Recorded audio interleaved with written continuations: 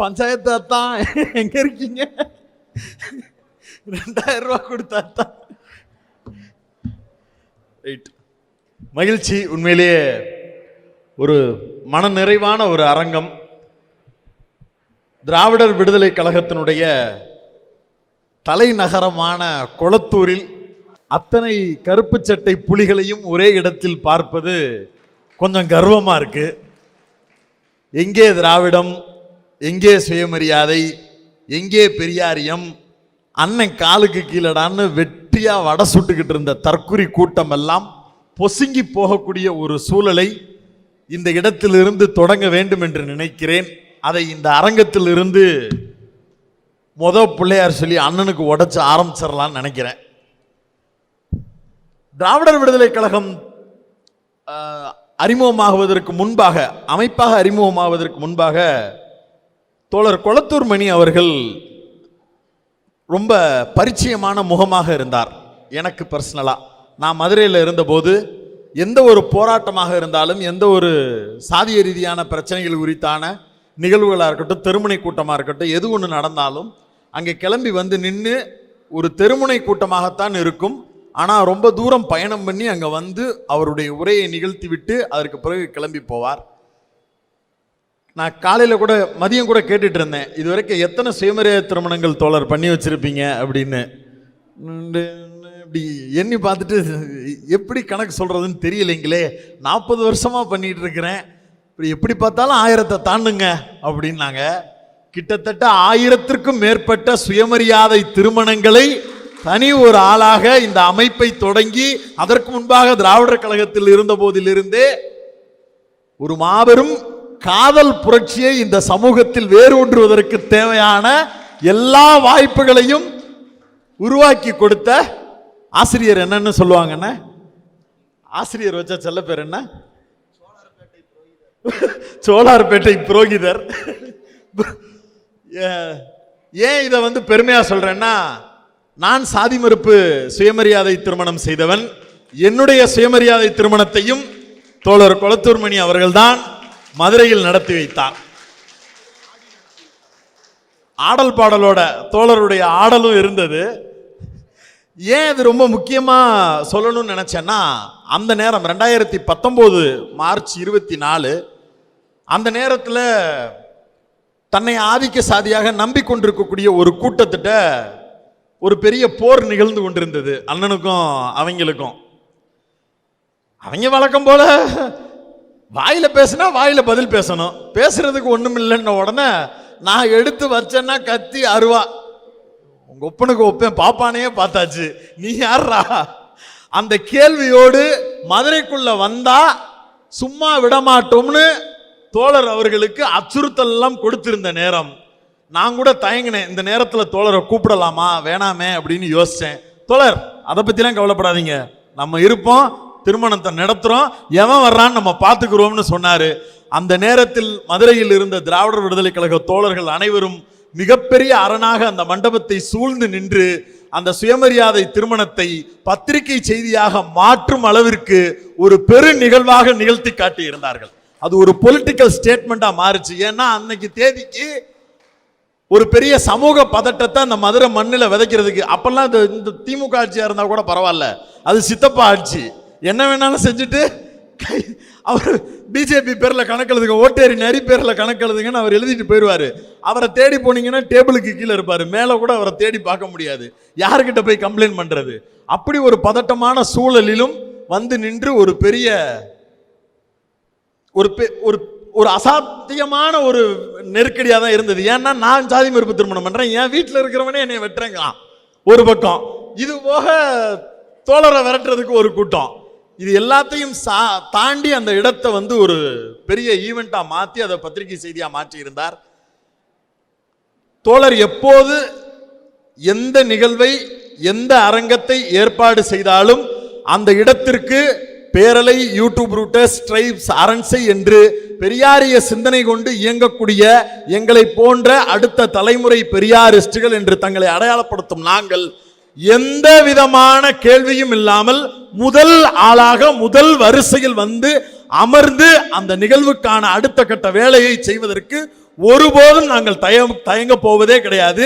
இதை இப்பயே நாங்க அறிவிக்கிறோம். ஏன்னா வெறுமனே யூடியூப் சேனல்ல வீடியோவை போட்டுட்டு பெரியார் குறித்து ஒரு சமூகத்துல இல்லாத பொல்லாததெல்லாம் விதைச்சுக்கிட்டு இருக்கிறானுங்க, தற்குறி கூட்டம்னு சொல்லிக்கிட்டு இருக்கும்போது ஆற்றாமையில் கோபத்தில் எப்படா நீ எங்க பெரியாரை சொல்லலாம்னு சொல்லி ஒரு ஆதங்கத்தில் இருந்துதான் பெரியார் என்னும் பெருநெருப்பு அப்படிங்கிற கருத்தரங்கத்தை ஏற்பாடு பண்ணோம்.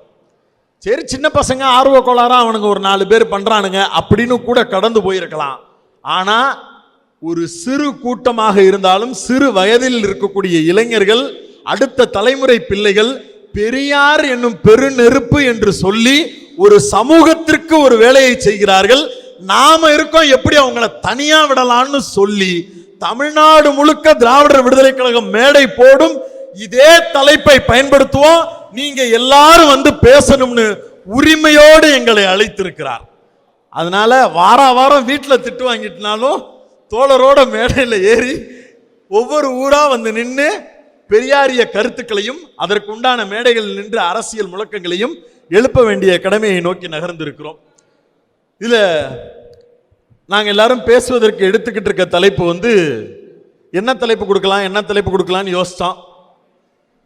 காக்க காக்க கடகவேல் காக்க நோக்க நோக்க நொடியில் நோக்கன்னு ஸ்லோகன் சொல்ற மாதிரி போடுறா, எல்லாருக்கும் காக்க காக்கன்னு போடுறான்னு சொல்லிட்டு திராவிடம் காக்க, மானம் காக்க, சுயமரியாதை காக்க அப்படின்னு இந்த தலைப்பை தேர்வு செய்தோம். சுயமரியாதை காக்க, சுயமரியாதை காக்கப்படுவது மட்டுமல்ல, அது ஊட்டப்பட வேண்டியது. ஒரு தலைமுறையிடம் சுயமரியாதையை ஊட்டாமல் விட்டால் அது எங்க போய் நிற்கும்ன்றதுக்கு மிகப்பெரிய உதாரணம் ஆடு மாடு கிட்ட போய் நிற்கும். அந்த தற்குறி கூட்டம் இன்னைக்கு ஆடு மாடு கிட்ட போய் நிற்குது, நாளைக்கு அது காத்துக்கிட்ட போய் நிற்கும், மண்ணுக்கிட்ட போய் நிற்கும், மலை கிட்ட போய் நிற்கும்.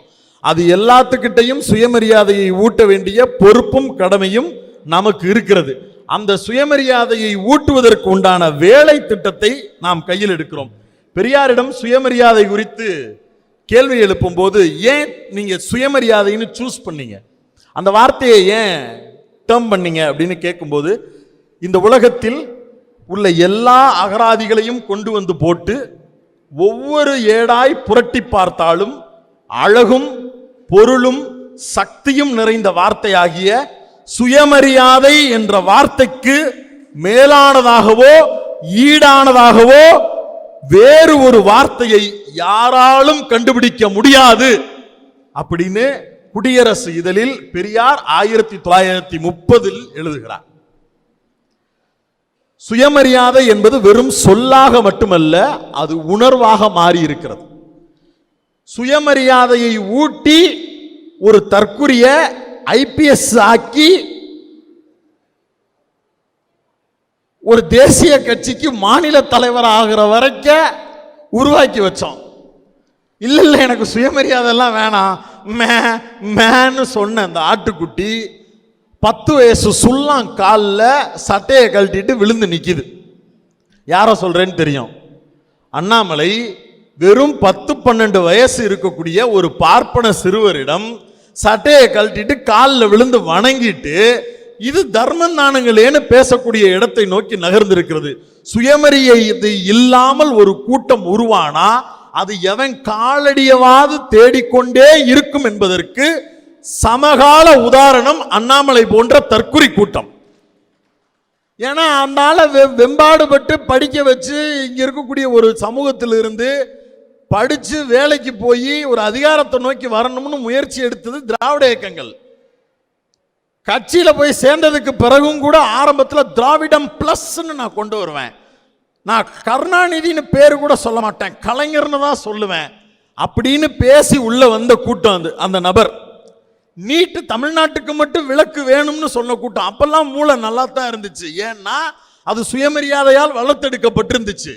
என்னைக்கு சங்கி சவகாசம் கொலை நாசங்கிறதுக்கு உதாரணம் போல அவங்க கட்சியில சேர்ந்ததுக்கு பிறகு இந்த சிட்டி ரோபோவுக்கு சிப்பை கழட்டிட்டு, பச்சை சிப்பை கழட்டிட்டு சிவப்பு சிப்பு வைப்பாங்கல்ல, அது மாதிரி ஒரு சிப்பை வச்சு விட்டாங்க. இன்னைக்கு இருக்கிற இடம் தெரியாம எந்த சனாதன கூட்டம் நீ உன் சகட்டு மேனிக்க என்ன வேணாலும் பேசு, என்ன வேணாலும் பண்ணு, மானங்கட்டு பேசு, ஈனங்கட்டு பேசு, என்னத்தையாவது பேசுன்னு வளர்த்து விட்ட அதே கூட்டம் இன்னைக்கு அந்த நபரை ஒரு ஆட்டு மந்தைக்குள்ள கொண்டு போய் விட்டுருக்கு. நான் சொல்லல, அந்த ஆளே சொல்றாரு, அண்ணா நான் பாட்டுக்கு அந்த ஹட்சன் விளம்பரத்துல வரும்ல, இயற்கையான காத்து, பசுமையான மாடு, கறவைங்க, இதுக்கு மேல வாழ்க்கையில் என்னங்க வேணும்? இது அண்ணாமலை சொல்லிக்கிட்டு இருக்காரு. 4 ஆடு 2 மாடு, அது பேர் என்ன, அவரங்குறிச்சியா அரவங்குறிச்சியா, அந்த ஊர்ல எனக்குன்னு ஒரு வீடு, நிம்மதியா இருக்கிறேங்க, என்கிட்ட பாலிடிக்ஸ் பேசாதீங்க அப்படின்னு பேசக்கூடிய ஒரு நிலைமையை நோக்கி அண்ணாமலை மாறி இருக்கிறார். இதோடு அப்படியே சேர்ந்து சீமானும் ஒரு கட்டத்தில் இங்கே பேசக்கூடிய அரசியல்ல பெரியாரை பேசுறது, அம்பேத்கரை பேசுறது, மார்க்ஸை பேசுறது, அதுலேயும் அந்தெல்லாம் பேசும்போது பார்த்தீங்கன்னா இங்கேருந்து 7 தெரு தள்ளி கேட்கும், அந்த சேலம் ரெஸ்டாரண்ட் வரைக்கும் தாண்டி கேட்கும். அவர் பேசுகிற பேச்சில் அனல் தெரிக்கும், ஊன்னு பேசி எல்லாம் பண்ணி பார்த்துட்டு கடைசியாக கொண்டு வந்து அந்த வண்டியை எங்கே நிப்பாட்டினாரு? பெரியார் குறித்த அவதூறுகளை பேசி வலதுசாரி கும்பல்களிடம் வந்து அந்த வண்டியை லேண்ட் பண்ணி வைக்கக்கூடிய வேலையை செஞ்சிருக்கிறார். இந்த தலைமுறையில் இருக்கக்கூடியவர்களிடம் சுயமரியாதை குறித்து பாடம் எடுப்பதை விட அவர்கள் பெற்றிருக்கக்கூடிய விஷயங்களில் இருந்து பேச வேண்டியது இருக்கிறது.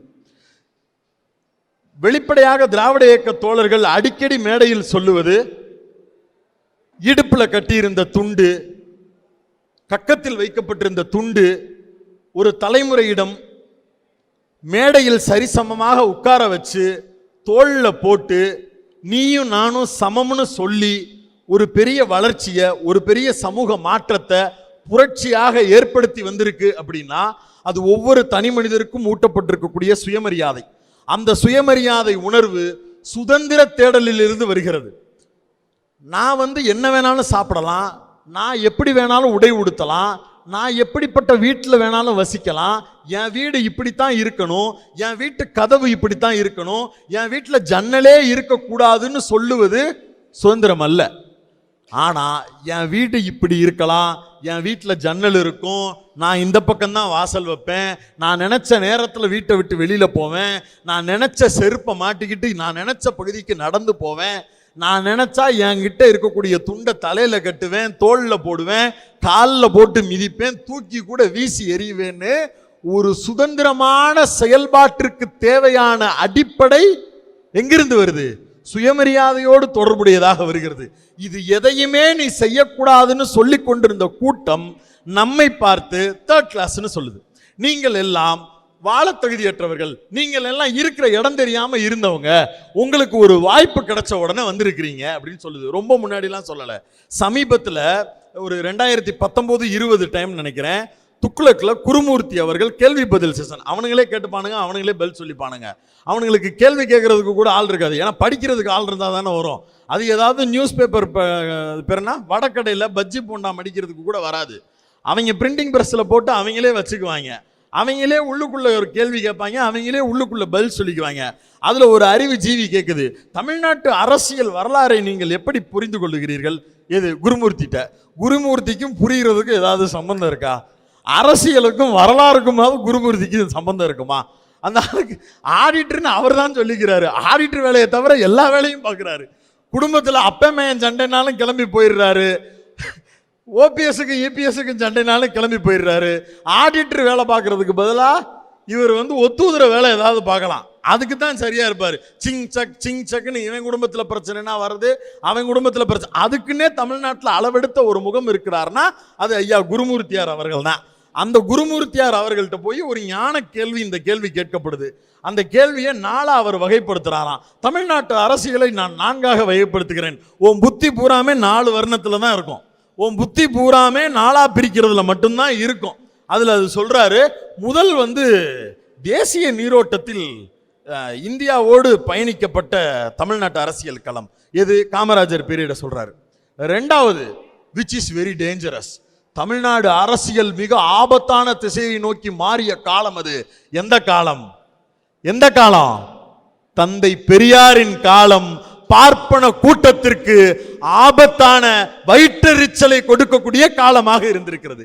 ஏன் அந்த காலமா இருந்திருக்குன்னா, அவன் கண்ணு முன்னாடி இப்படியெல்லாம் வாழ வேண்டும் என்று ஒவ்வொரு கூட்டத்தையும் உருவாக்கி கொண்டிருந்த போது அந்த கூட்டத்தை பூரா இப்படி தாண்டா வாழ்ந்து காட்டுவேன்னு சொல்லி சுயமரியாதையை ஊட்டி, குருமூர்த்தினா பெரிய நீயா நீ தள்ளி இல்லையா அப்படின்னு சொல்லக்கூடிய ஒரு தலைமுறையை விதைப்பதற்கு பெரியார் எனும் பெரு நெருப்பு களத்தில் இறங்கி நின்று போகும் இடமெல்லாம் சம்பட்டியை எடுத்து அடித்திருக்கிறது. பல்லாக்க தூக்கிட்டு போனா காவிரி ஆத்துல தூக்கி போடுவேன்னு சொல்லுன்னு சொன்னாங்க. அடுத்த நாள்ல இருந்து பல்லாக்கும் வேணாம், பவுசும் வேணாம், எனக்கும் 2 கால் இருக்கு, நடந்து போறேன்னு சொல்லக்கூடிய சூழலை உருவாக்கி கொடுத்தது. அதனால அது ஆபத்தான காலம். அதற்கு பிறகு வந்திருக்கக்கூடிய எம்ஜிஆர் காலம் இந்தியாவோட டிராவல் பண்ண விரும்பிச்சு, அண்ணா காலம் இந்தியாவோடு டிராவல் பண்ண விரும்பிச்சு, கலைஞருடைய காலமும் ஜெயலலிதா அவர்களுடைய காலமும் பர்சனல் ஃபைட்ல இருந்து போக ஆரம்பிச்சிச்சு. எங்களுக்கு தெரியும் நீ எந்த இடத்துல சைலண்டா விடுற, எந்த இடத்துல பாஸ் விடுற, எந்த இடத்துல வேணான்னு நினைக்கிற, அவ்வளவுதான் உனக்கு ஈஸியானதானே இருந்துச்சு. இந்திய தேசிய நீரோட்டத்தில் எல்லாம் கலந்து உருவாவதற்கான ஒரு வாய்ப்பில் தான் இந்த தமிழ்நாடு இருக்கிறது அப்படின்னு சொன்னா, எதுக்கு சாக்கடை நீர், ஜலம், மலம் அப்படின்னு எல்லாத்தையும் உருட்டி எடுத்துட்டு அதிமுக ஒன்று சேரணும், தமிழ்நாடை நம்ம கைப்பற்றணும்னு பேசின? உனக்கு இலகுவாதான் இந்த தமிழ்நாடு இருக்குன்னா பேசாம இருந்திருக்க வேண்டியதானே. அப்ப உண்மை என்னன்னா, வெளிப்படையாக நாம இருக்கக்கூடிய பவுச வெளியில சொன்னா காரி துப்பும் தமிழ்நாடு. டெபாசிட் வாங்க வக்கில்லாத ஒரு கட்சிக்கு சொந்த கட்சியினுடைய கொள்கையை வெளிப்படையா சொல்லி, மதத்தால் உன்னைய பிரிப்பேன், இனத்தால் உன்னைய பிரிப்பேன், மொழியால் உன்னைய பிரிப்பேன், சாதியால் உன்னைய பிரிப்பேன்னு சொல்லி உன்னால ஓட்டு கேட்க தமிழ்நாட்டில் துப்பு இல்ல. அந்த நெருக்கடியை கொடுத்தது பெரியாரிய இயக்கங்கள். எப்படி கொடுத்துச்சு? ஒவ்வொரு தனி மனிதனுக்கும் சுயமரியாதை என்கிற உணர்வை ஊட்டி கொடுத்துச்சு. அதனாலதான் இன்னைக்கும் தமிழ்நாட்டில் இருக்கக்கூடிய புது வாக்காளர்கள் வரைக்கும் எல்லாரும் பாஜக தள்ளி நில்றா சங்கின்னு சொல்றான். இந்த சுயமரியாதை உணர்வு அவர்களால் ஏற்றுக்கொள்ளவே முடியவில்லை. புதுசு புதுசா ஆட்களை இறக்கி கொண்டே இருக்கிறார்கள். சொன்னா பல நண்பர்களுக்கு கோபம் வருகிறது. திராவிட முன்னேற்ற கழகத்திலிருந்து பொறுப்பாளர் ஒருவர் வந்திருக்கிறார். திராவிட மாடல் என்று பேசக்கூடிய கட்சியினுடைய பிரதிநிதியாக அவர் இருக்கிறார். அவருடைய கட்சியில் இருக்கக்கூடிய இளைஞர்கள் பெரியார் என்கிற நபர் குறித்து பேசுவதை நம்முடைய மக்கள் கேட்க வேண்டும், நம்முடைய இளைஞர்கள் கேட்க வேண்டும் என்று தன்னெழுச்சியாக முடிவு செய்து 100 பேரை அரங்கத்துக்கு கூப்பிட்டு வந்து, எப்படி 100 ரூபா 200 ரூபா கொடுத்து கூப்பிட்டு வரல, பெரியாருங்கிற ஆளுமை பத்தி பேசுறாங்க வாங்கடான்னு பசங்களை கூப்பிட்டு வந்து அரங்கத்தில் அமர வைக்கிறார். அப்படியே கட் பண்ணி காப்பி பண்ணி பேஸ்ட் பண்ணுங்க. ஒரு தற்குறி பெரியார் என்கிற நபரை அடையாளத்திற்காக கையில் எடுத்துக்கொண்டு, நானும் பிறப்புக்கும் எல்லா உயிருக்கும் என்கிற தத்துவத்தை பேசுகிறேன், எல்லா தோழர்களும் என்னை ஆதரியுங்கள்னு சொல்லிட்டு பெரியாரை ஏத்துக்கிட்டேன், நீங்க எல்லாரும் என்னை ஏத்துக்க மாட்டீங்களான்னு நம்ம பக்கமே கத்திய திருப்பி நம்மளுக்குள்ளேயே சண்டையை போடுவதற்கு தேவையான வேலைகளை குயுக்தியா செஞ்சுக்கிட்டே இருக்கிறான். நான் திரும்ப திரும்ப கேட்கிறது ஒண்ணுதான், திராவிட முன்னேற்ற கழகம் என்கிற கட்சி பேசி பேசி அதிகாரத்திற்கு வந்த கட்சி, தன்னுடைய கட்சியினுடைய அடுத்த தலைமுறை இளைஞர்களுக்கு பேச்சு போட்டி மூலமாக திராவிட இயக்கங்களை அறிமுகப்படுத்தி ஒரு தலைமுறையை உருவாக்குகிற கட்சியில இருக்கக்கூடிய ஒரு பிரதிநிதியே தன்னுடைய இளைஞர்களை கூட்டு பெரியார் குறித்து கேட்கணும்னு சொல்றாருன்னா, பெரியாரை கொள்கை தலைவராக அடையாளப்படுத்தி இருக்கக்கூடிய நீ தமிழ்நாடு முழுக்க பெரியாருக்காக எத்தனை மேடை போட்டிருக்கணும், எத்தனை பெரியாரிய தொண்டர்களை அழைத்து பேச வைத்திருக்க வேண்டும், எத்தனை பயிற்சி அரங்கங்களை நடத்தி இருக்க வேண்டும். ஒரு தற்குறி, ஒரு குடிகார நாய் மேடை போட்டு பெரியார அவ சொல்லும் இழி சொல்லுமா பேசிக்கிட்டு இருக்கு. நீ வேலை பார்த்து கொண்டிருக்கக்கூடிய அதே இளைஞர்கள் மத்தியில் அந்த குடிகார நாயும் வேலை பார்த்துக்கிட்டு இருக்கு. அது குறித்து பேசவே மாட்டேன்னு நீங்க மௌனம் சாதிக்கிறீங்கன்னா, நாளைக்கு நீங்க யாரோட போறதுக்கான திட்டம் வச்சிருக்கீங்கன்னு கேட்பமா மாட்டோமா? கேட்பமா மாட்டோமா? பாஜக காரங்க பெரியாரை பத்தி தப்பா பேசிட்டாங்கன்னா திமுக காரங்க கேட்கலன்னா திமுக காரங்களை கேள்வி கேட்போமா இல்லையா? கேட்போமா இல்லையா? என்னங்க நீங்க திராவிட மாடல்னு சொல்றீங்க, பெரியாருக்கு ஒவ்வொரு முறையும் நிகழ்வு ஏற்பாடு பண்றீங்க, உறுதிமொழி எடுக்கிறீங்க, எல்லாம் பண்றீங்க, பாஜக காரங்க இப்படி பேசுறாங்க, திமுக இருந்து ஒரு தலைவர் கண்டிக்க மாட்டீங்களா அப்படின்னு கேட்போமா இல்லையா? கேட்போம்ல, கேட்போம்ல. விஜய்க்கு மட்டும் என்ன சலுகை? விஜய்க்கு மட்டும் கேட்க கூடாது. பப்ளுவை திட்டாதீங்க, இப்பதான் அவர் வந்திருக்கிறாரு. என்ன வந்திருக்கிறாரு? யார்கிட்ட வந்திருக்கிறாரு? எதுக்கு வந்திருக்கிறாரு? அவரை யார் வர சொன்னா? அப்படி எங்க வந்தாரு அதை சொல்லுங்க முதல்ல. இன்னும் வீட்டை விட்டே வெளியில வரல. ஆமா தானே? என்னைக்காவது வெளியில வந்து பனையூருக்கு வெளியில 1 மணி நேரம் அவர் இந்த பக்கமும் அந்த பக்கமும் வாக்கிங் போனார்னு கேட்டீங்களா? தமிழ்நாட்டே ஆண்டுகிட்டு இருக்கிற சிஎம் கூட காலையில 5 மணிக்கு 1.5 மணி நேரம் பார்க்கு பீச்சுன்னு வாக்கிங்ல போய்கிட்டு இருக்காரு. அவரை கூட நீங்க ஒரு நாளைக்கு 4 ட்ரெஸ்ல 4 இடத்துல வெவ்வேறு இடங்கள்ல அவரை பார்த்துட முடியும். கட்சி ஆரம்பிச்சு 2 வருஷம், கட்சி ஆரம்பிச்சு 1 வருஷத்துல அண்ணா ஆயிரக்கணக்கான மேடை போட்டாரு. போன முறை இதே நிகழ்வில் நான் பேசியிருந்தேன். 1 வருஷம் 2 வருஷங்கிறது எவ்வளவு பிரீசியஸான ஆண்டு, எவ்வளவு முக்கியத்துவம் வாய்ந்த ஆண்டு. இந்த தமிழ் சமூகத்தை, இந்த இளைஞர்களை, இந்த இளம் கூட்டத்தை பெரியாரை நோக்கி நகர்த்துவதற்கு இந்த 2 ஆண்டுகளை சுயமரியாதை மிக்க ஒரு கூட்டமாக வளர்த்தெடுப்பதற்கு அந்த நடிகர் செய்த பங்கு என்ன? இல்லையே, இல்ல. அப்ப கேள்வி கேட்க தானே செய்வாங்க. அப்ப இங்க இருக்கக்கூடிய சுயமரியாதை உணர்வை மழுங்கடிப்பதற்கு ஏற்கனவே ஒரு தற்குறி வந்தான். அவருடைய பேச்சு எடுபடலன்னு உடனே ஆடு மாடு கிட்ட அந்த ஆளு பேச போயிட்டாரு. புதுசா நீங்க வந்திருக்கீங்களான்ற சந்தேகத்தை தான் கேட்கிறோம், வேற எதையுமே கேட்கல. அந்த சந்தேகத்துக்கு பதில் சொல்லும் விதமா பெரியார் குறித்து கருத்தரங்கத்தை நடத்துறேன்.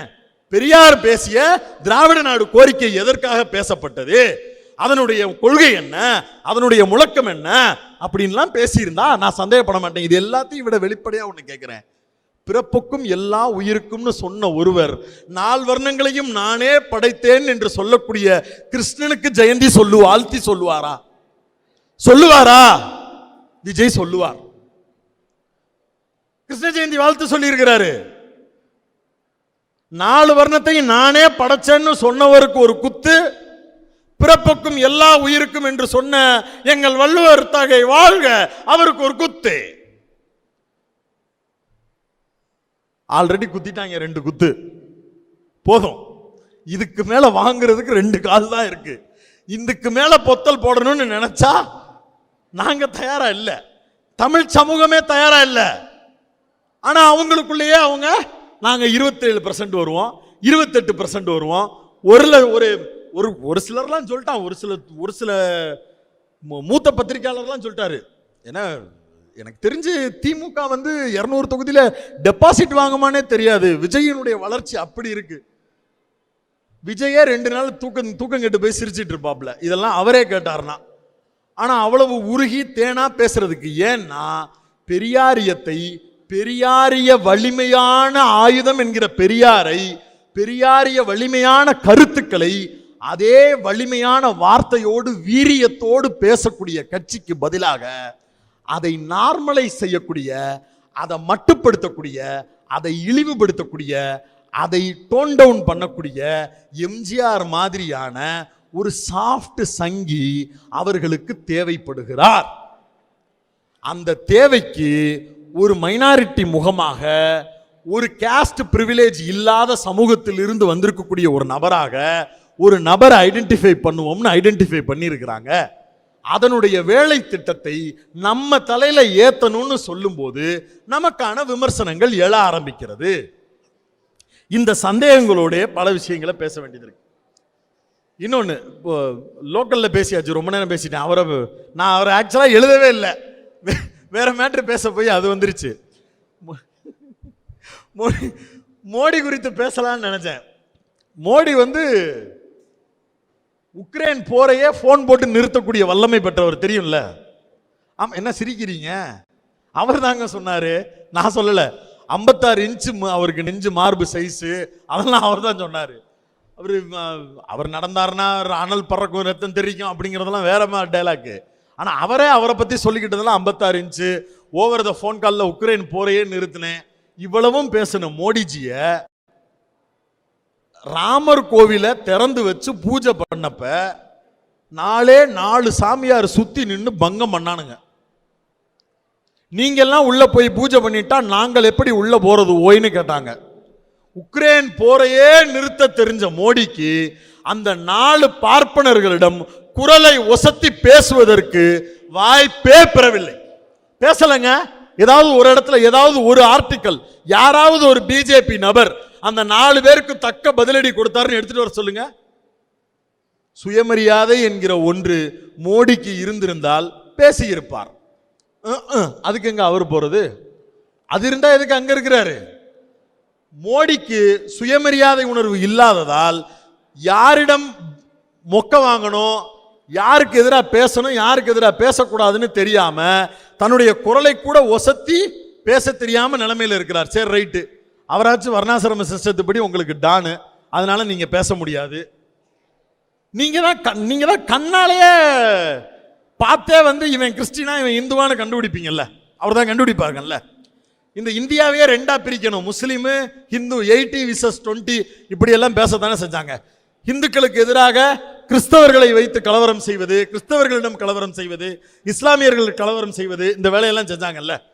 இங்க இருக்கக்கூடிய இந்துக்கள் மனசுல கிறிஸ்தவர்கள் மதம் மாற்றத்திற்கு ஏற்பாடு செய்கிறார்கள், கிறிஸ்தவன் பக்கத்துல வந்தாலே சந்தேகமா பார்க்கணும், எண்ணத்தை விதைச்சானுங்களா இல்லையா? அதே கிறிஸ்தவன் தான் ட்ரம்ப். மேடம் எகிரி எகிரி அடிக்கிறான் மேடம், 30 தடவை அடிச்சிட்டான் மேடம். அவன் காலையில எந்திரிச்ச உடனே பல்லு விளக்குறானோ இல்லையோ, மோடியை கூப்பிட்டு டங்கு டங்குன்னு ஒரு நாள் இந்த டாம் அண்ட் ஜெர்ரி படத்துல செர்ரி டாம கொட்டும் தெரியுமா, அதே மாதிரி ட்ரம்ப் டங்கு டங்கு டங்குன்னு மோடியை கொட்டிக்கிட்டே இருக்காப்ல. நான் சொல்லி தான் போற நிப்பாட்ட சொன்னேன் பாகிஸ்தானோட, நான் சொன்னதுனால தான் போர் நின்றுச்சு, இல்லைன்னா நான் பொருளாதார தடை விதிச்சிருவேன், உங்க கூட ஒப்பந்தமே போட மாட்டேன்னு எகிரி எகிரி கலாய்க்கிறாப்ல. லோக்கல்ல இருக்கக்கூடிய அல்லேலுயா பாடுற பாஸ்டரை பார்த்து எகிரி எகிரி அடிப்பியாச்சு.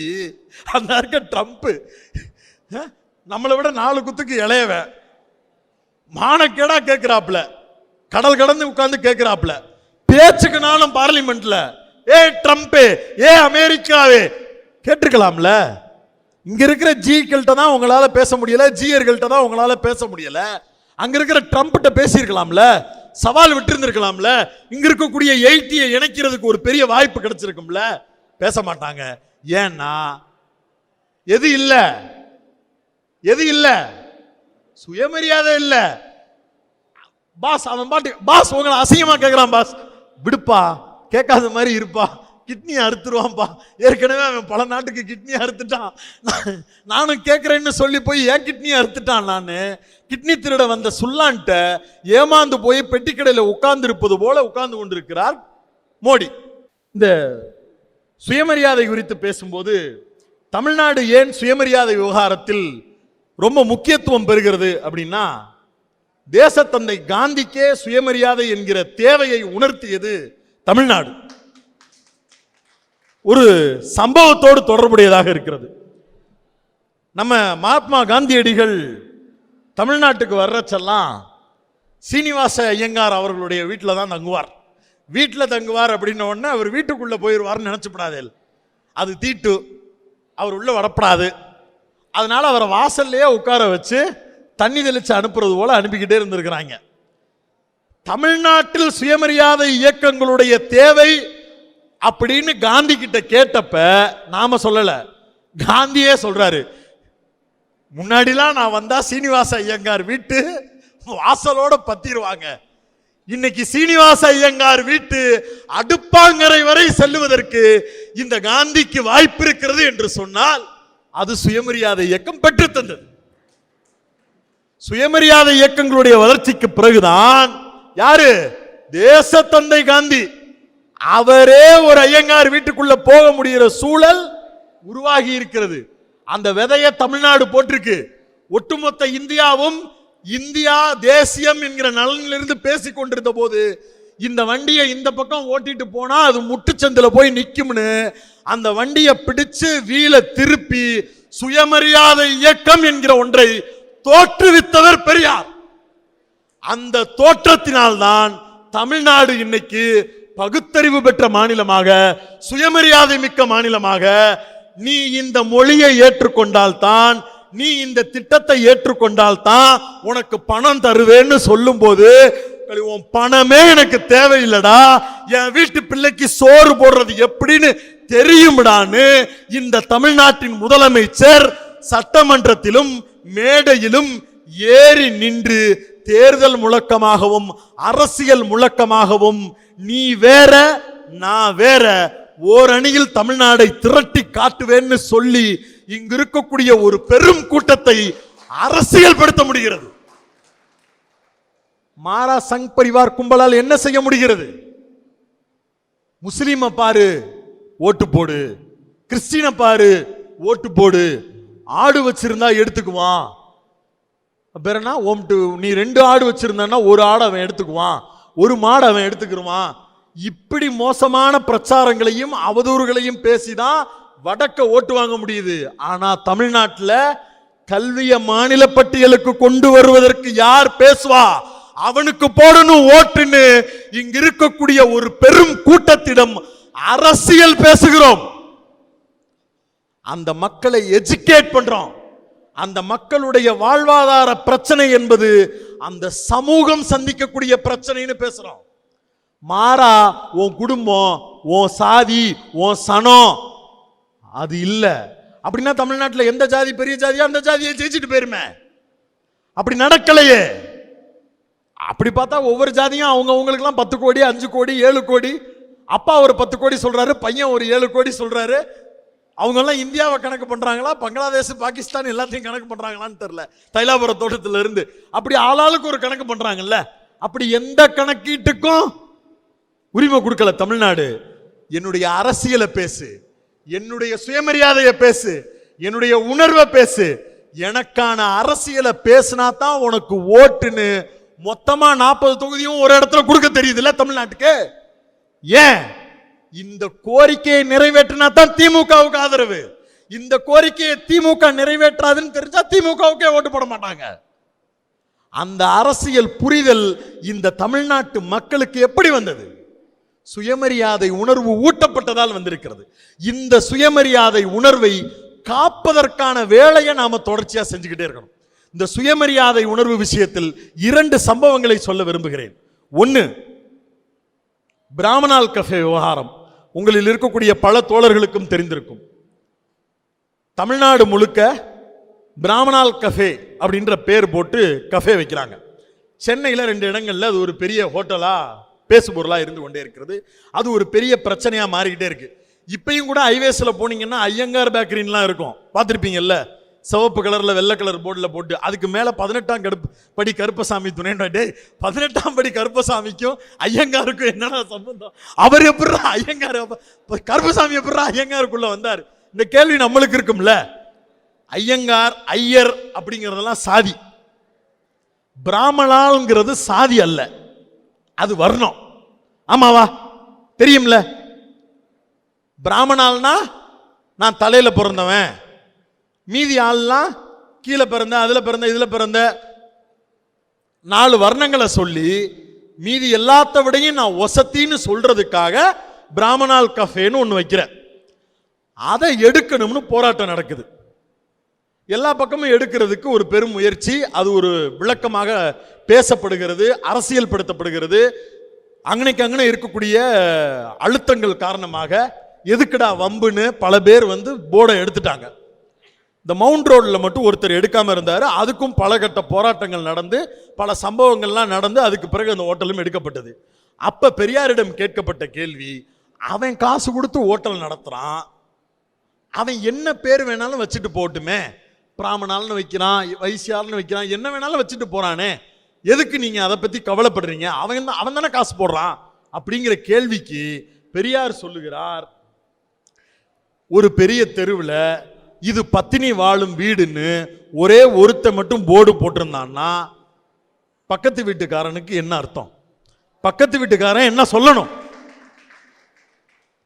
ஏண்டா உன் வீட்டில் பத்தினி இருக்குன்னா அப்ப நாங்கள்லாம் யாரான்ற கேள்வி வருமா வராதா? வருமா வராதா? நீ மட்டும் மேல இருந்து பிறந்தவன்னு போர்டு போட்டு உக்காந்துருப்ப. உக்காந்ததோட மட்டும் இல்லாம நாய்களும் பஞ்சமர்களும் குஷ்ட ரோகிகளும் உள்ளே வரக்கூடாதுன்னு வசனங்களை வேற எழுதி வைப்ப. பார்த்துக்கிட்டு எப்படா சும்மா இருக்கிறது? அது சுயமரியாதையோட தொடர்புடையதுரா. சுண்ணாம்பு எடுக்கணும்னு சொல்லி எடுக்க வச்சோம்.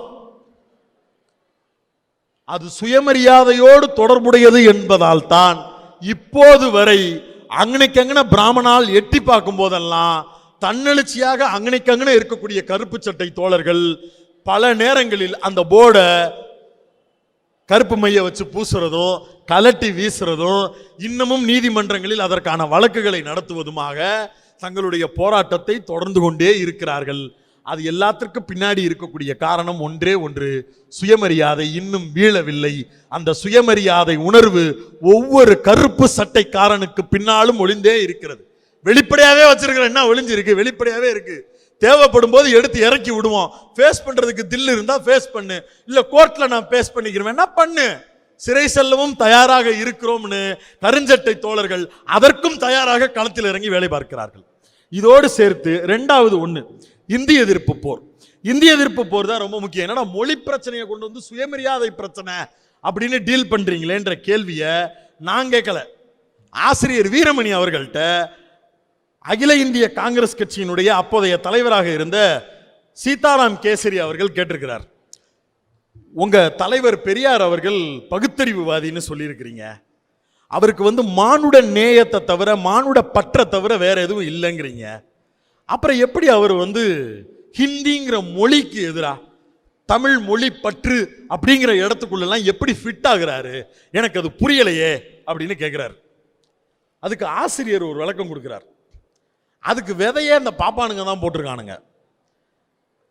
அதாவது இந்த தவளை தாவாயால கெடும்பாங்கல்ல, அது இந்த பார்ப்பன கூட்டத்துக்கு 10 பொருத்தமும் பக்காவா இருக்கும்.